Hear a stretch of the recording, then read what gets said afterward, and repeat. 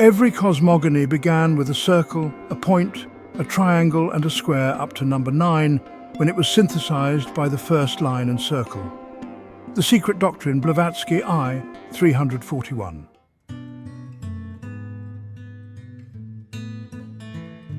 Apuleius, a Platonic philosopher who travelled extensively through the East, seeking initiation into the mysteries, has left many useful hints pertaining to various ceremonies. In fact, he won for himself the name of the evening star of Platonic philosophy and the morning star of the Neoplatonic. He is authority for the statements as to the great importance placed upon numbers by the Egyptian priests, especially number 10, as representing man's fitness for the priesthood.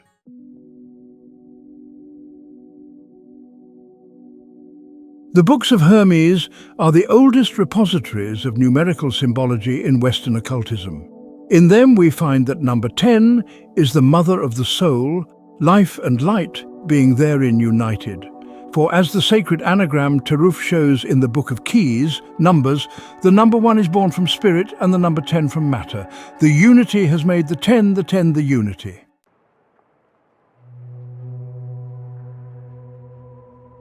An Egyptian priest not only had to have absolute control over his passions and physical appetites, but had also to be learned in the sciences and be an initiate into the mysteries. Before offering the sacrifice, he was obliged to fast for 10 days, during which he had to conform to a most rigid discipline.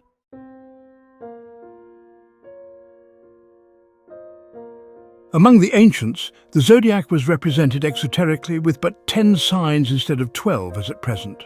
The signs, Virgo, Libra and Scorpio, were united in one sign, combining in one sign the masculine Scorpio and feminine Virgo, united by the sex attraction Libra, balancing the two.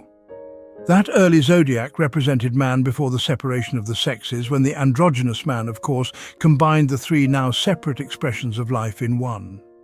This is corroborated by the myth of Phaethon, son of Phoebus, who found the scorpion stretching over 2 signs of the zodiac.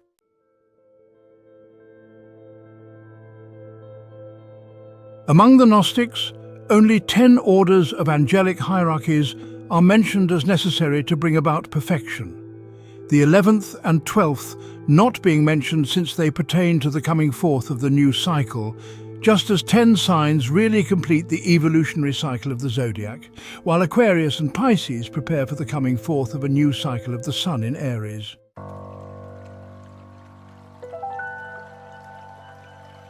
The author of The Source of Measures says that the foundation of the Kabbalah and of all its mystic books is made to rest upon the 10 Sephiroth, which is a fundamental truth. He shows there 10 Sephiroth, or the 10 numbers, as follows.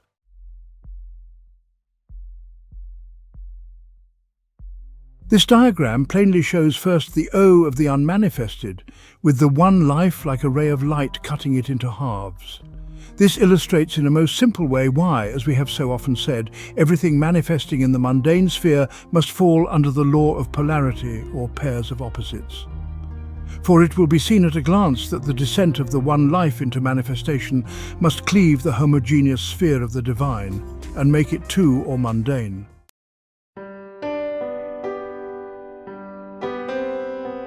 Meditation on this diagram will solve many perplexing questions, especially the ones so often asked. Does sex inhere in the soul? If we let the circle represent the unmanifested soul, one with God or the Q, and the vertical line the ray of divinity, Atma, descending into that unmanifested germ, dividing it into the 2 expressions of the one, Buddhi, negative, Manas, positive, it clearly illustrates the law that there can be no manifestation on any plane of differentiation except through the union of the positive and negative principles manifested by the soul through the 2 sexes. As the soul is the reservoir for all the experiences which must be completed and garnered on earth, only as we experience, blend and lift up the lower experiences of the soul, as the mind reports them in the separated sexes, can we register them in either the positive or the negative aspects of the soul or higher self.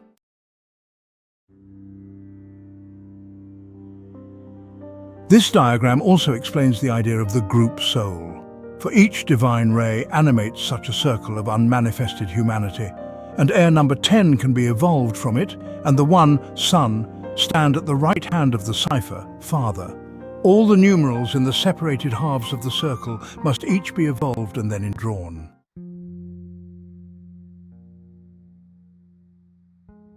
That which is true of the higher self is correspondingly true of the lower personality. Each personality is such a circle or cipher and must unfold all the numerals in itself as qualities, etc.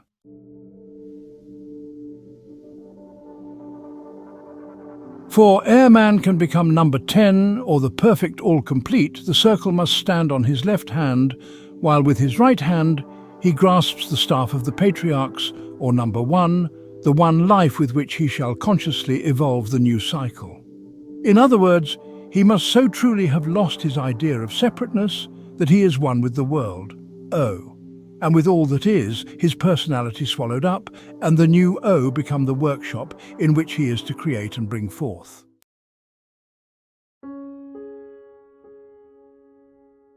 The injunction to overcome the sense of separateness is apt to bring confusion to many minds.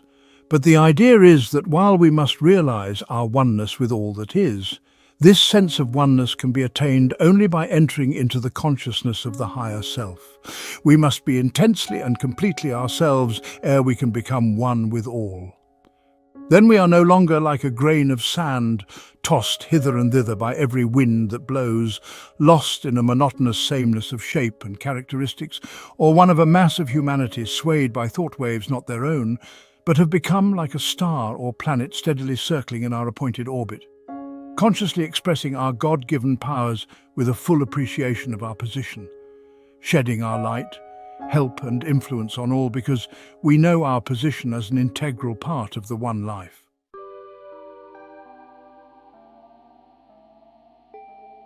Let us consider physical man as the circle and the ray from the higher self as the animating principle, first appearing as a dot in the center, then extending above and below until it separates the sphere into two halves.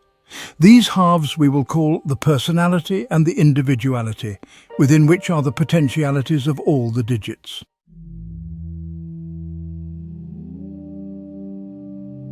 This drama is enacted before our eyes daily in the unfolding and evolution of the seed and the hatching of the egg. Let us open our eyes to see and our hearts to understand.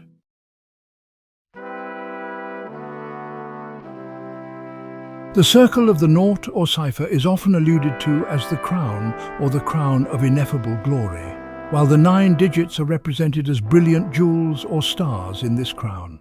This is the crown of life spoken of in Revelation. Be ye faithful unto death, and I will give thee a crown of life.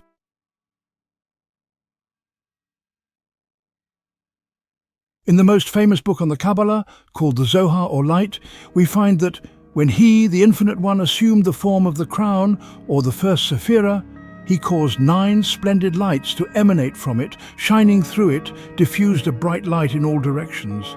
That is, these 9 with his one, which was the origin of the 9, together made the 10, that is 0 or spiral or the sacred 10, and these numbers were the light.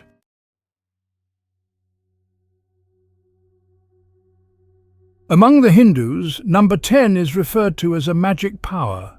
The cipher represents the vast field of man's as yet unmanifested nature and powers, which are nothing to him except as by his attainment and use of the rod of power he brings them into manifestation and gives them their proper place in 10. Among the Masons, number 10 is a sign of union and good faith, expressed by the joined hands or the master grip, the fingers of the 2 hands making 10. There are 10 double numbers which add up to 10, the first digits of each increasing from 1 to 9, the second digits decreasing from 9 to 1, thus 10, 19, 28, 37, 46, 55, 64, 73, 82, 91.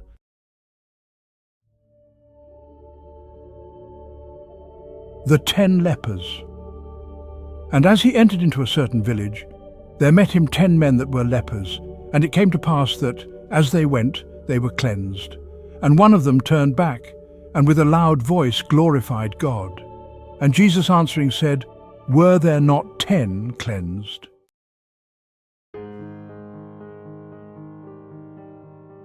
In the parable of the 10 men who were lepers, there is a mystical reference to number 10 as a complete number.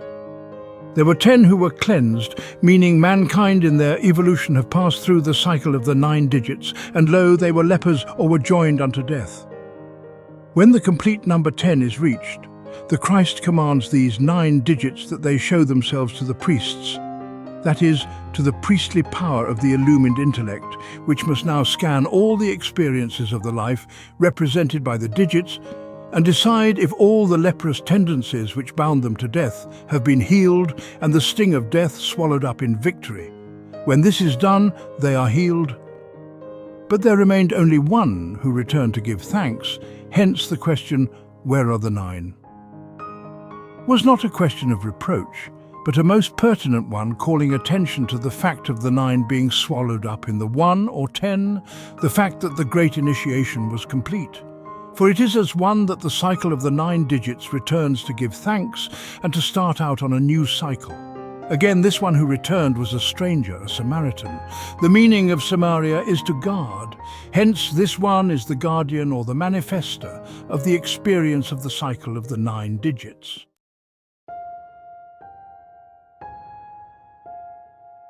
The boundless circle, the 0, becomes a number only when one of the other 9 figures precedes it and thus manifests its value and potency.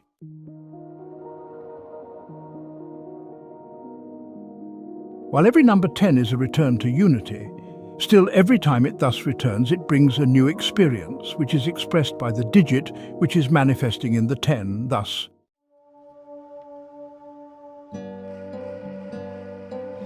Number 1 in 10 is the first manifestation of the light. In the first day of creation, God said, "Let there be light," and there was light. And God saw the light, the 1, that it was good, or 10.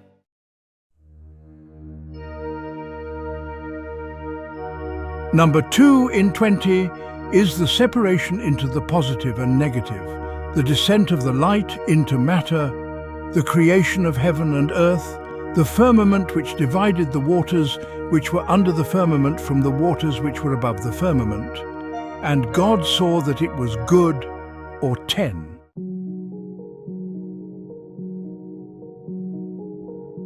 Number 3 in 30 marks the manifestation of the Trinity reaching down into matter and expressing and bringing forth. It was on the 3rd day that the earth brought forth, and God saw that it was good, or 10.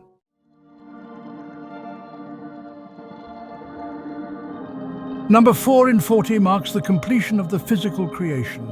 In this cycle, the whole path of the earth's evolution is marked out and the foundation stone laid, and God saw that it was good, or 10.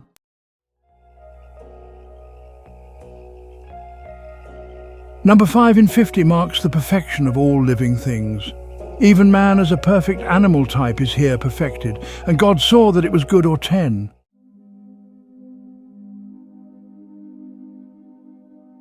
Number 6 in 60. In this cycle, the Christ force completes the informing or animating of all things. Animal man becomes the image of God and is given dominion over the earth. And God saw everything that he had made, and behold, it was very good, or a perfect 10.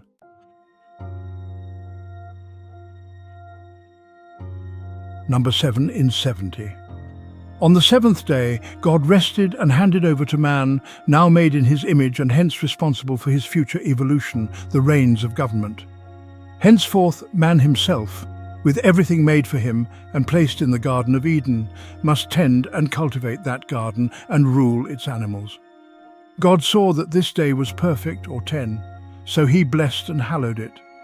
Man was not handicapped in any way, for all that God had prepared for him was perfect.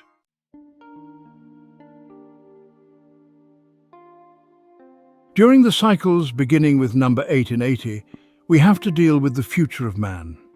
For God rests, yet watches over his creations, always ready to respond to every sincere cry for help. But from 8 onward, man is held accountable for his dominion over the earth. In this cycle, he must hold the scales, and in them must weigh and balance all things, for only thus can his evolution be accomplished. And when God sees that there is a just balance and good, he will bless it and make it perfect and complete, or 10.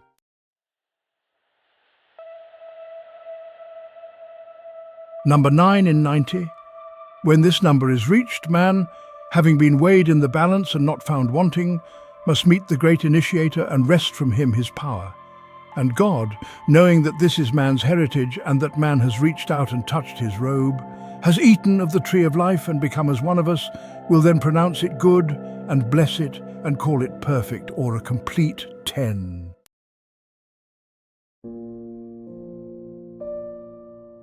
This explanation of the days of creation is so obvious that the only wonder is that man can be so blinded and waste so much time in fruitless theological discussion in the effort to build up such a dogma as original sin, with all its attendant evils, hopeless confusion and discouragements. The Bible is a most wonderful occult treatise full of cryptic utterances, each sentence expressing volumes, yet so very clear once the mind has thrown off the shackles of prejudice and the misconceptions due to materialistic interpretations, and is willing to read with open eyes while listening to the still small voice of the Spirit for the spiritual interpretation. The Spirit who is with thee always, even to the end of the world, will bring all things to thy remembrance.